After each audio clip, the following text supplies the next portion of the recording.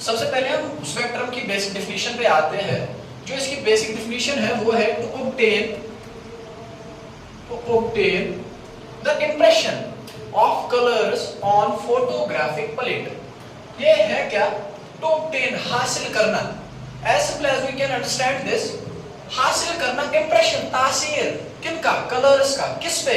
Photographic plate पे। अब क्या हासिल करना, क्या कलर्स बोल रहे हैं? तो मैं बता दूं बेटा कि हमको कलर्स हासिल करने हैं किस पे? फोटोग्राफिक प्लेट पे। फोटोग्राफिक प्लेट क्या है? ये कोई मेटल है या तो ग्लास है जिसमें फोटोग्राफिक इमेज बनती है। As simple as you can understand this.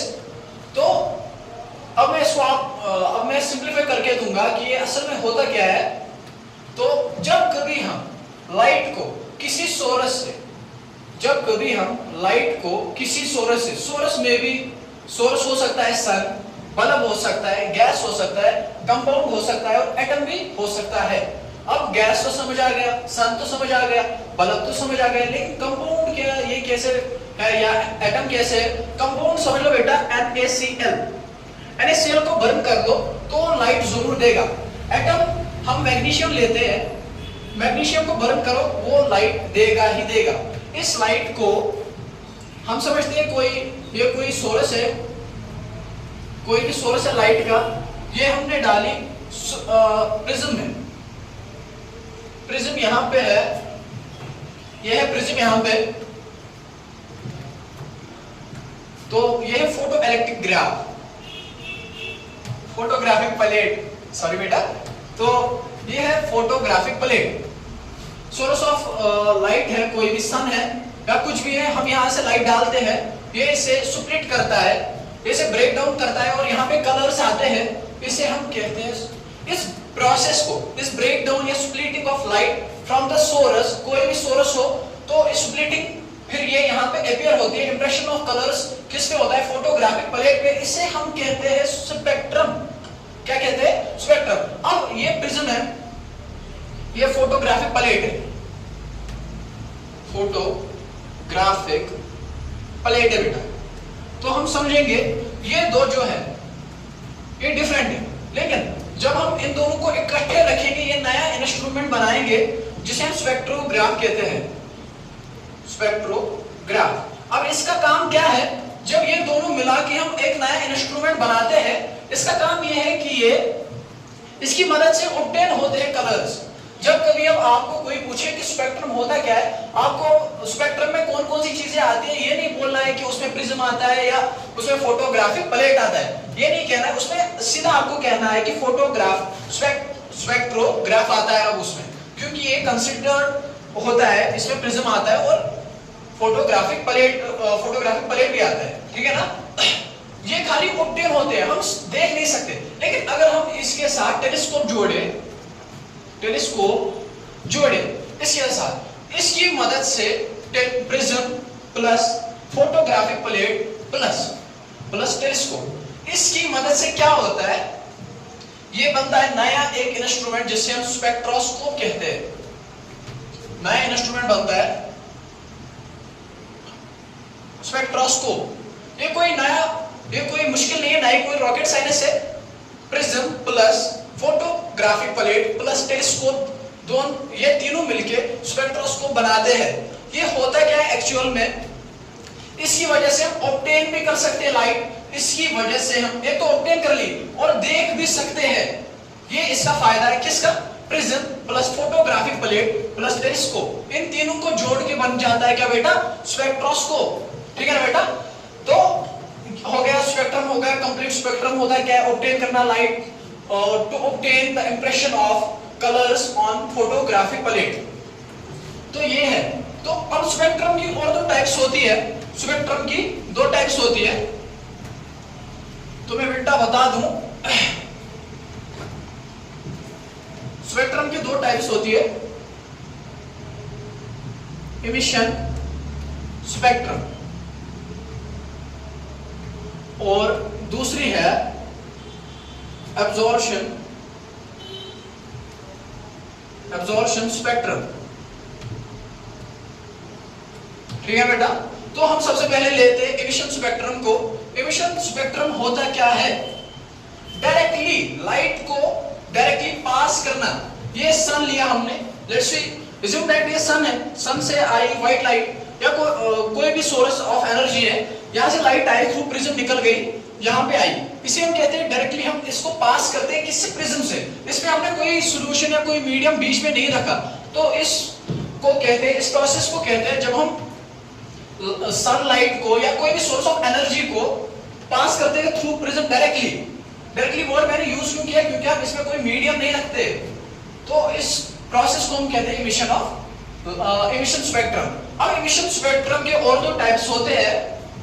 Emission spectrum आपको, आई होप दैट कि आपको समझ आ गया होगा कि हम कोई मीडियम बीच में नहीं रखते, डायरेक्टली पास करते हैं लाइट को थ्रू स्पेक्ट्रम, ठीक है ना बेटा।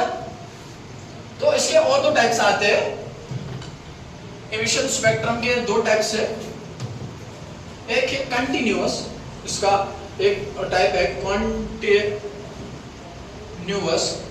स्पेक्ट्रम, और एक है दूसरा जो इसका पार्ट है, मतलब इसका दूसरा टाइप कौन सा है, उसको हम कहते हैं लाइन स्पेक्ट्रम,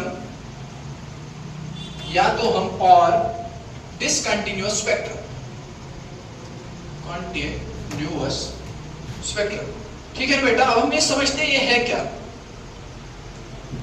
तो कंटिन्यूअस स्पेक्ट्रम क्या है, as simple as we can able to understand this continuous spectrum, ये होता क्या है, इसमें हम नहीं कहते कि कोई भी सोर्स ऑफ लाइट, इसमें हम एक सोर्स लेते हैं जिसे हम कहते हैं व्हाइट लाइट फ्रॉम सन। सन है, सन क्या देता है, व्हाइट लाइट, ठीक है ना बेटा।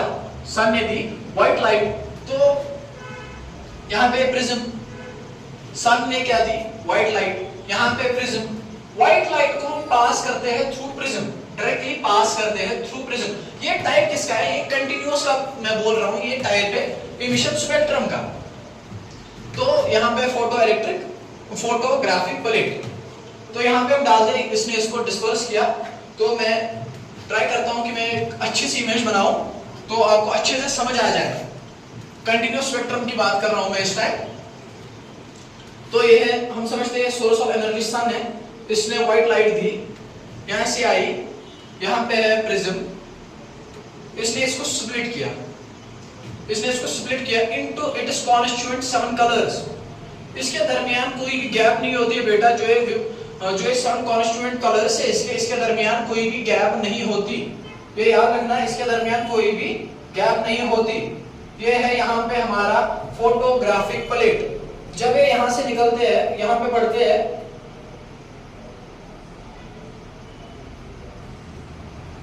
इनके दरमियान कोई भी गैप नहीं होती है, इसीलिए इनके दरमियान कोई भी गैप नहीं होती, विप गैप। इसके 7 कॉन्स्टिट्यूएंट कलर्स कौन है, PIPG, ठीक है ना। तो अब और एक सवाल है हमारे जहन में ये आना चाहिए, क्यों कहते हैं हम क्यों इसे कहते हैं कंटिन्यूअस। क्योंकि बेटा यहाँ से कलर स्टार्ट होता है, उसी के साथ साथ दूसरा कलर भी स्टार्ट हो जाता है, उसी के साथ साथ कोई भी गैप इनके दरमियान नहीं रहती, वहीं से तीसरा कलर स्टार्ट हो जाता है, ये एक लाइट आई, दूसरी इसी के ऊपर से, तीसरी इसी के ऊपर, कोई भी गैप इनके दरमियान नहीं रहती है बेटा। तो इस बात को समझना है कि हम इसे क्यों कहते हैं कंटिन्यूअस, क्योंकि जो हम मर्ज इस पे लाइट करते हैं उनके दरमियान कोई भी गैप नहीं होती। तो हम इसे और एक नाम भी देते, मैं आपको एक मिसाल से समझा सकता हूं कि विजिबल, ये रेनबो अगर आपने बेटा कभी देखा होगा बरसात के बाद रेनबो ऐसे चढ़ता है, 7 कलर्स में ऐसे ऐसे चढ़ता है, तो वही एक मिसाल है कंटिन्यूअस स्पेक्ट्रम की, ठीक है ना बेटा।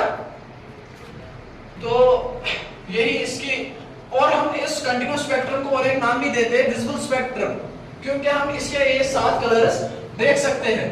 अब दूसरा कौन सा है, इमिशन स्पेक्ट्रम का दूसरा पार्ट जो है उसे हम कहते हैं लाइन स्पेक्ट्रम। हम इसे लाइन स्पेक्ट्रम क्यों कहते हैं, क्योंकि इसमें लेकिन हमें दूसरा लेना है, इसमें हमें source of energy, source of light, हमें इस टाइम इसमें सन नहीं लेना है, हमें लेना है या तो हम इसमें कंपाउंड लेंगे, जैसा कि मैंने आपको पहले ही बताया, NaCl का जला दो तो वहां से क्या निकलेगा, वहां से भी लाइट निकलेगी, या एटम लाओ उसको जला दो, मैग्नीशियम उसमें मिसाल है, या गैस, इसमें हम यही तीन लेंगे। गैस लेकिन किसमें? कैप्टेन इन किसमें? डिस्चार्ज ट्यूब में, क्योंकि हमें उसमें जमाव करना है, उसके बाद जला सकते हैं वो हाई टेम्परेचर पे बेटा। लेकिन ये याद रखना है कि गैस को कैप्टेन इन डिस्चार्ज ट्यूब इन हाई टेम्परेचर पे हमें उसको रखना है, तभी ये निकल सकता है बेटा, ठीक है ना। तो हमें इस टाइम सोर्स कौन सी तीन लेनी है? ये तीन। कंपाउंड लेना है, या तो एटम लेना है, या तो गैस लेना है, सिंपल। तो ये हम रखते हैं कंपाउंड है, कंपाउंड, ठीक है। तो रखते हैं फॉर एग्जांपल NaCl, यहाँ पे प्रिज्म, ये हमने जलाया, इसको बर्न किया, इसने लाइट दी, तो यहाँ से क्या होता है कि यहाँ पे फोटोग्राफिक प्लेट है, तो यहाँ से निकलती है लाइट्स। लेकिन वो बेटा सीधा समझना है कि ये ऐसे होती है, स्ट्रेट लाइट्स निकलती है, ये ऐसे नहीं निकलती, और इनके दरमियान डार्क गैप होती है, जो इनको हम कहते हैं sharp line. Sharp line, that is the reason हम इसे क्यों कहते हैं लाइन स्पेक्ट्रम। आई होप कि आपको समझ आ गया होगा लाइन स्पेक्ट्रम हम क्यों कहते हैं, क्योंकि जब कलर्स इस पे आते हैं, स्प्लिट होते हैं, उसके बाद जब इस पे आते हैं, तो इसे हम क्या कहते हैं? शार्प लाइन की तरह से आते हैं, शार्प लाइन भी कहते हैं इनको। तो इसी वजह से हम इसको लाइन स्पेक्ट्रम भी कहते हैं, क्योंकि लाइन में आ जाता है। दूसरी बात यह है कि हम डिसकंटिन्यूअस क्यों कहते हैं? क्योंकि इनके दरमियान गैप है, क्योंकि गैप है ना इनके दरमियान, जैसा आपको दिख रहा होगा क्या, इसीलिए हम इसको डिसकंटिन्यूअस स्पेक्ट्रम भी कहते हैं, ठीक है ना बेटा। आई होप दैट आपने अंडरस्टैंड किया होगा। Thank you so much.